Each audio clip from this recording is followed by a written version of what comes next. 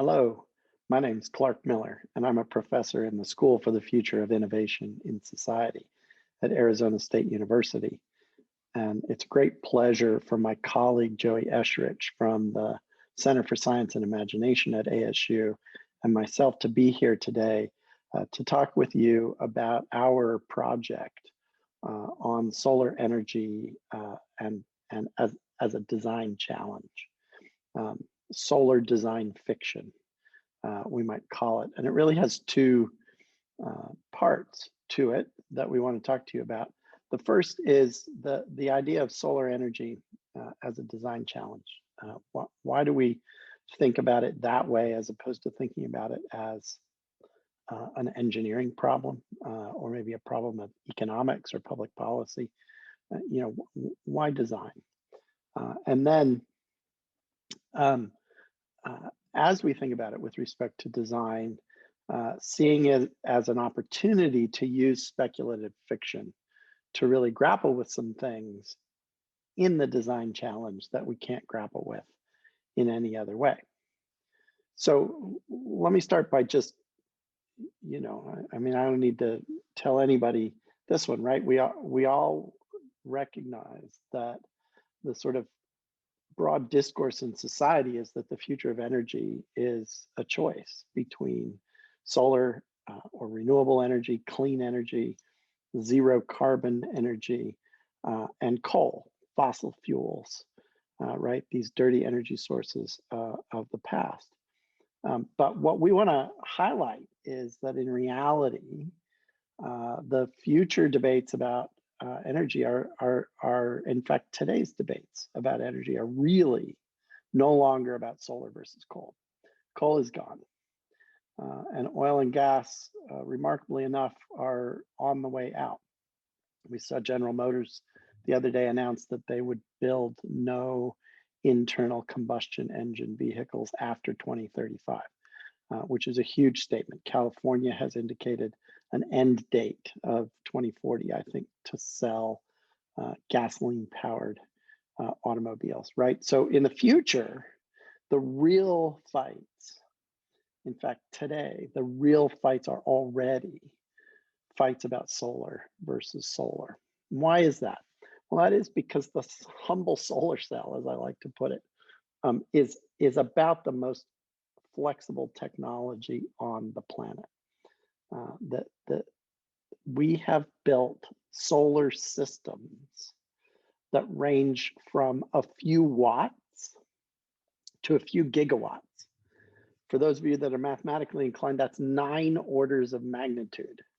That's from 1 to a billion in size differential, right? So they range from your solar watch that charges itself, solar lanterns that have become one of the most popular sources of energy in a lot of parts of Africa and Asia, all the way up to enormous solar fields that cost billions of dollars, and in between, a wide array of different kinds of technologies and different kinds of designs that are increasingly being integrated into agriculture so we can grow food and produce power in the same spaces, that people are putting on their rooftops in order to power their houses, even really some fantastic work by colleagues of ours at the Land Art Generator Initiative, looking at how you can transform solar energy into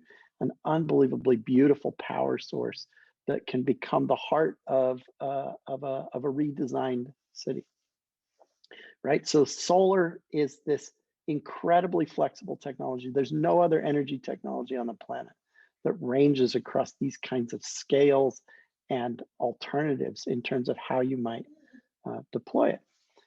But of course, energy systems are also not simply technologies. They are worlds in which people live, work, and play. This is one of my favorite pictures from a children's book from a half century ago that reminds us that our energy systems are wrapped up in what we do every day, how we cook our food, how we watch TV, the kind of cultures that we have, our labor, our work, huge labor forces in the energy industry, and even the little pig sitting on top of the power plant.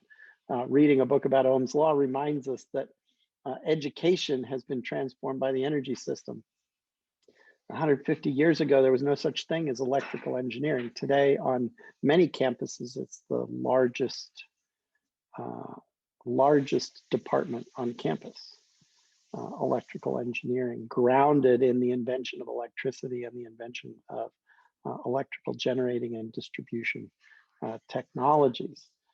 Energy systems are integral elements in the fabrics out of which we weave modern cultural identities, as well as modern forms of politics, security, and coloniality, right? And so, in other words, when we're designing solar futures, we're not just designing a bunch of technologies, we're really designing the future of the worlds that we are going to inhabit. And I think that's what's been super exciting about this new movement in science fiction called solar punk, which is generating all of this new art and all of these new stories about what it means to live in an alternative, sustainable future powered by the sun, both through traditional kinds of solar photovoltaic technologies, but also simply by absorbing the sunlight and growing, cultivating a growing, thriving world of life, right? And that's why for us, for the past several years, we've been exploring the different design possibilities of solar futures. And you see here two of those projects and the different elements that we kind of looked at in those projects. One was a statewide exercise with policy and business leaders, cultural leaders, to explore the future of Arizona and the kinds of solar energy systems that we might build for it. Generated some really interesting different ideas, different pathways that the state might go as it develops solar energy. The other one, a kind of solar punk cultures project in which we're asking questions about how a world powered entirely by solar energy changes the very hum of our lives, the daily beat of our lives. You know, when we invented coal-fired power plants, we invented 24/7, 365 cultures because we had a power supply that hated to be turned off at night. And so we needed to sell that electricity in order to make those power plants economically viable. And so we created things like streetlights and nightclubs and 24/7, 365 radio and television in order to consume all of that nighttime energy. And so what happens if we move back into a world in which our energy supply, driven by the sun, matches more the natural daily and nightly evolution of our natural cycles, if you will? How do we as humans readjust and thinking about the different possibilities going forward? So we've also had this really cool set of projects that we've been doing around speculative fiction through what we call narrative hackathons, bringing together science fiction writers, artists, engineers, solar engineers, transportation engineers, and social scientists and humanists to think about these different futures that might evolve in a solar powered world, and then to invent characters, invent communities, write stories, create pictures of what these futures might look like and what it might mean to live in these futures. And so our first book, which you can go and find on the web, is called The Weight of Light. It's free to download. Please do. It looked at urban and rural communities, and it looked at big and small solar projects. and we had 4 teams, and so we just made it a 2 by 2 matrix, and we had 4 stories that emerged out of this, looking at big urban city projects, big projects out in the rural countryside, and of course small and distributed projects both in the city and in the rural countryside. And we got some really amazing stories out of that. And so we were so excited by what we did that we did it again. And this year we went to the National Renewable Energy Laboratory in Denver, just outside of Denver. And we worked with them.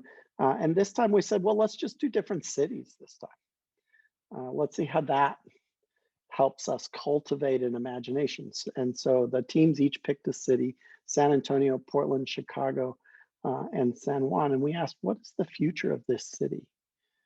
In a world powered by solar energy, what is the future of the people and the communities and the neighborhoods that live in this city?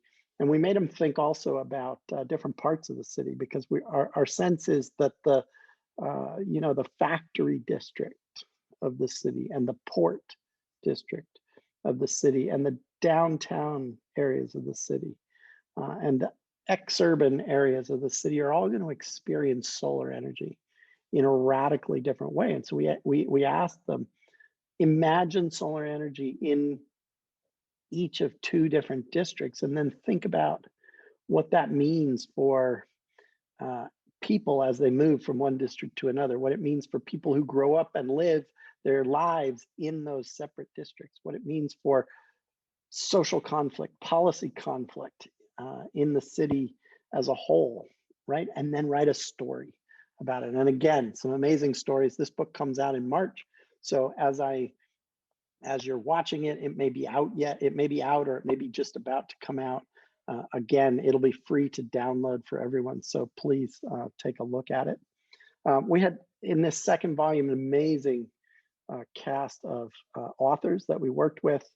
Deji Olukotun and S.B. Divya and Paolo Bacigalupi and Andrew Dana Hudson, and the stories that they have put together really explore in depth the question of how do we live in a different kind of future? What are the kinds of human realities that we're going to see in a post-carbon world?